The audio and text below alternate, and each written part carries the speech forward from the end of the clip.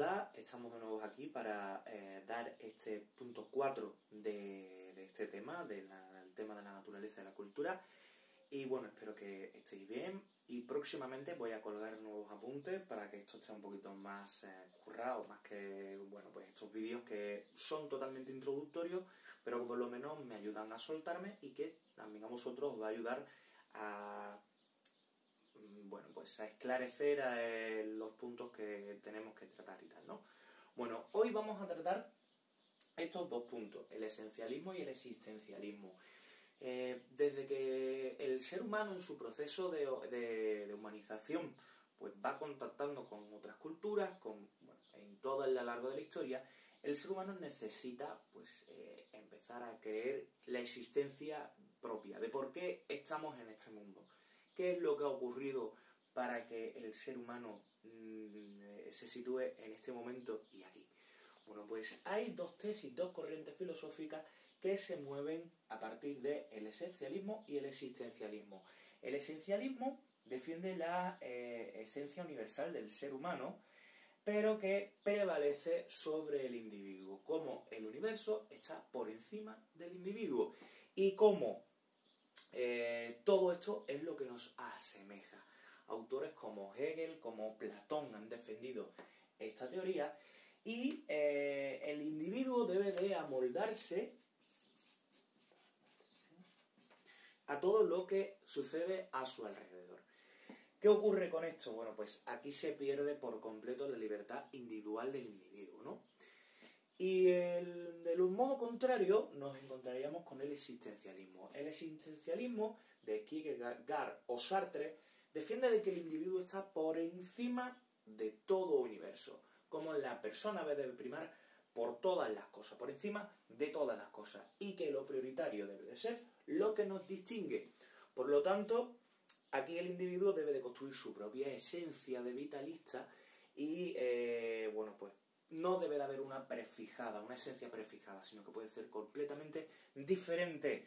¿Qué ocurre aquí? Que puede haber un individualismo por parte del individuo, un individualismo bastante excesivo.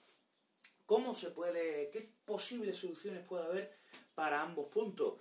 Pues, bueno, que exista una naturaleza humana previa, pero que tiene que darle sentido a la persona. Siempre debe de ser la persona la que le dé sentido a su existencia. Hacemos esta transición. Ya os digo que estoy trabajando en Prezi y, bueno, pues probablemente pronto os daré unos PowerPoint un poquito más currados que estos, pero bueno, por lo menos tenemos una pequeña base. Pero cuando hemos dicho de que el ser humano tiene que buscar su propia esencia, también decimos de que el ser humano puede ser libre. ¿Es libre el ser humano a día de hoy? Podríamos decir que sí, que somos libres para hacer cualquier cosa. Somos libres de, bueno, pues no estamos presos, bueno, ahora mismo sí, pero no estamos confinados en una situación, sino que tenemos libertad plena para hacer lo que nosotros queramos.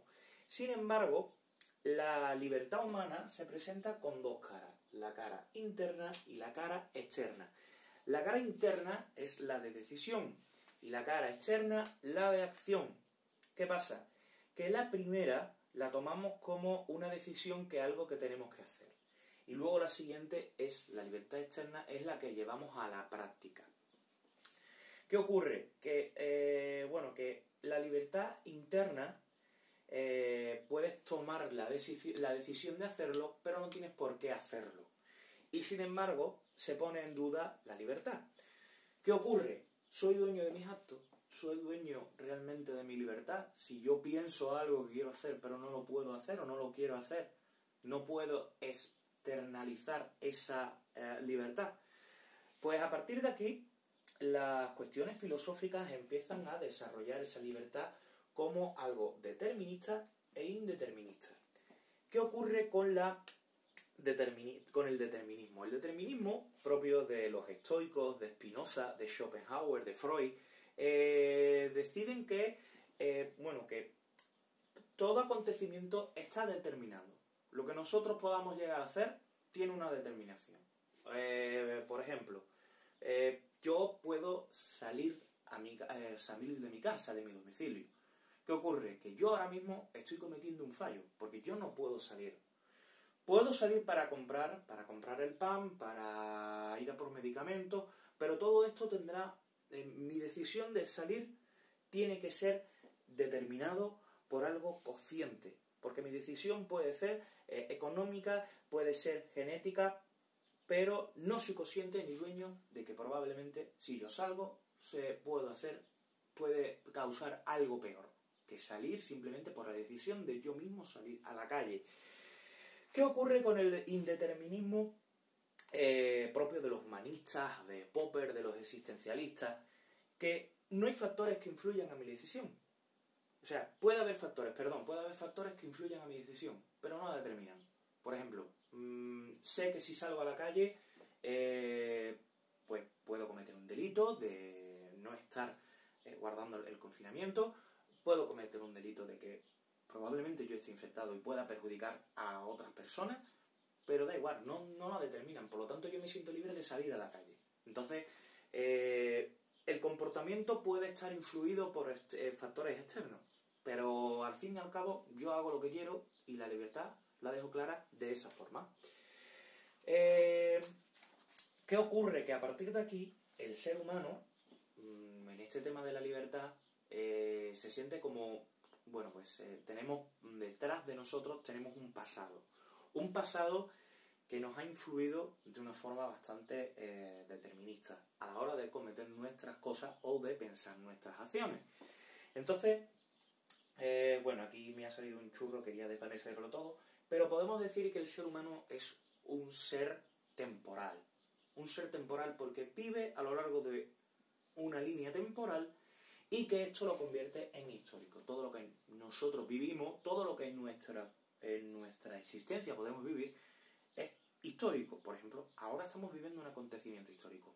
Estamos sitiados en una situación extrema, en un estado de alarma, que esto va a crear historia. ¿Por qué? Porque el mero hecho de la existencia nos va a llevar a que hemos tenido un pasado que ha influido en nuestro presente. Hemos tenido pues ciertos problemas que nos ha llevado a estar confinados, o bueno, pues ha habido ciertos problemas, no con nosotros, sino a lo mejor con otros factores que nos han llevado ahora al presente a estar confinados y que va a tener repercusiones en el futuro.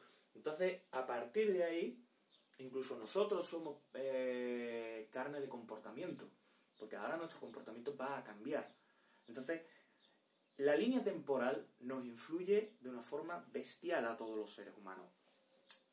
¿Qué ocurre? Que a partir de aquí hay una concepción progresista y no progresista. ¿Qué ocurre con la concepción progresista?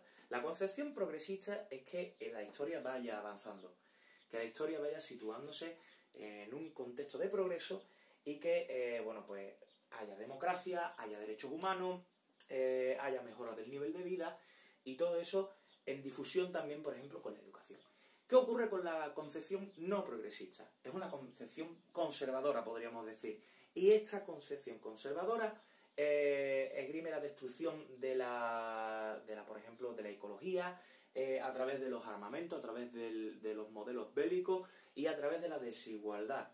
Cuando ocurren desigualdades, no podemos progresar. Y por lo tanto, estamos condenados incluso a repetir la historia del pasado.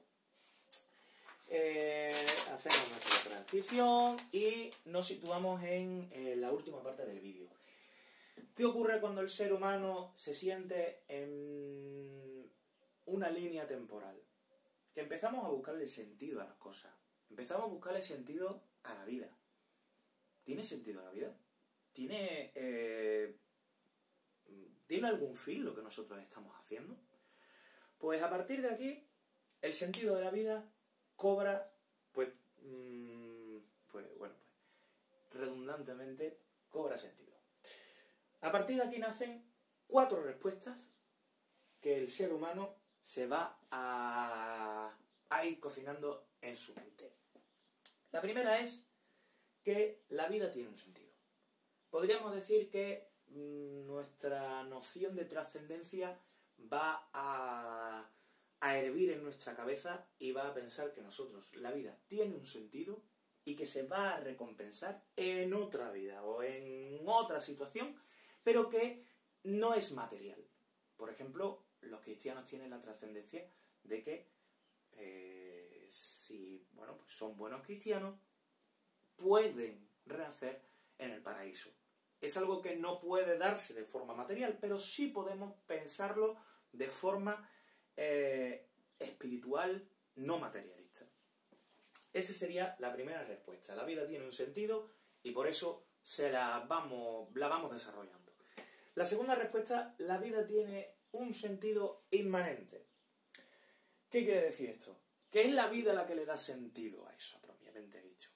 La vida es la que recibe significado y que más allá no nos podemos retornarnos porque no la conocemos, no conocemos qué es lo que va a haber después. Por lo tanto, la vida tiene que tener un sentido porque es la que hay y tenemos que vivirla. Después estaría, digamos, en este cuarteto de respuestas, estaría la de la vida no tiene ningún sentido. ¿Por qué? Porque no sabemos, como no existe algo más allá, podríamos decir que Dios no existe. Y por lo tanto, como no existe nada, creemos de que la vida no tiene ningún sentido. Hemos nacido, tenemos la ficción de vivirla, pero no podemos trascender a ninguna otra forma porque Dios no existe, porque nos han quitado la idea, la concepción de un ser superior, un ente superior que existe y que nos lo quita por completo. Por lo tanto, a partir de ahí, la vida no tiene sentido alguno. Por eso decimos que la vida puede llegar a ser absurda y podemos tener incluso algunas nociones negativas, unas connotaciones negativas, le podemos dar connotaciones negativas a lo que es la vida. Y por último, la pregunta por el sentido no tiene ningún sentido. ¿Por qué pensar en que hay algo que vamos a trascender, vamos a vivir, vamos a morir y luego vamos a reencarnarnos en algo? ¿Por qué pensar en eso? No tiene ningún tipo de sentido. Por lo tanto, podríamos decir que el sentido se podría dar a las obras humanas, a las leyes, a las constituciones, a las costumbres. Por eso es absurdo preguntarse en una naturaleza, en un universo, si, quién nos ha creado, porque no podemos añadirle ningún sentido, salvo a las cosas que hemos hecho nosotros. No una naturaleza que ha sido creada por Dios o un universo que ha sido creado por un ente superior, sino lo que le da sentido a la vida es lo que nosotros hemos creado. La cultura, la costumbre, eso es lo que le da realmente sentido a la vida. Y bueno, dicho esto, vamos a dejar esta clase. La siguiente ya será la última, que hablará sobre la muerte y sobre la trascendencia. Son dos temas muy cortitos, pero vamos a darle un poquito de marcha al tema de la muerte porque creo que es un tema bastante guay. Además, yo estuve estudiando sobre ello en mi grado de antropología, así que la siguiente clase lo vamos a disfrutar, la vamos a despedir y por supuesto, pues espero que estéis todos muy bien y nada, a seguir luchando.